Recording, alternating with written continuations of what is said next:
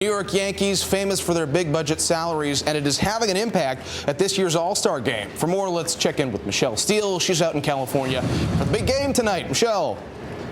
Yes, not too many hours away here, John. And here's the thing, not all All-Stars are created equally. Bloomberg Television actually crunching the numbers this week, and American League All-Stars make 45% more on average than their National League counterparts. That's double last year's disparity. Big question is why, right? Well, blame the Yankees, folks. There are 8 official Yankee All-Stars in the Yankees League Baseball with a $206 million payroll. This is not the first year that the American League is dominated in terms of money. Take a look at the last few years.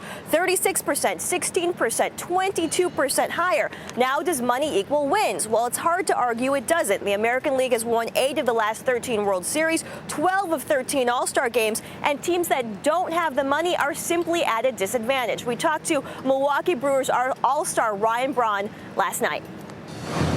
I think for mid-market teams to really compete and be successful, you need to draft well and develop your own players, because you're not going to be able to go out and sign the top free agents year in and year out. So it's extremely important to develop your own players, have good quality player development.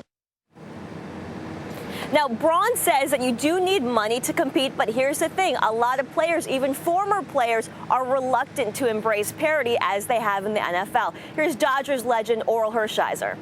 I don't think it even would be good for fans if all of a sudden you had this solid cap on top of things and that everybody had equal amounts and you went out and competed that way. That's just not the way you're born and raised in America. This is a competitive market and an open market, and that's the way I'd like to keep it in baseball.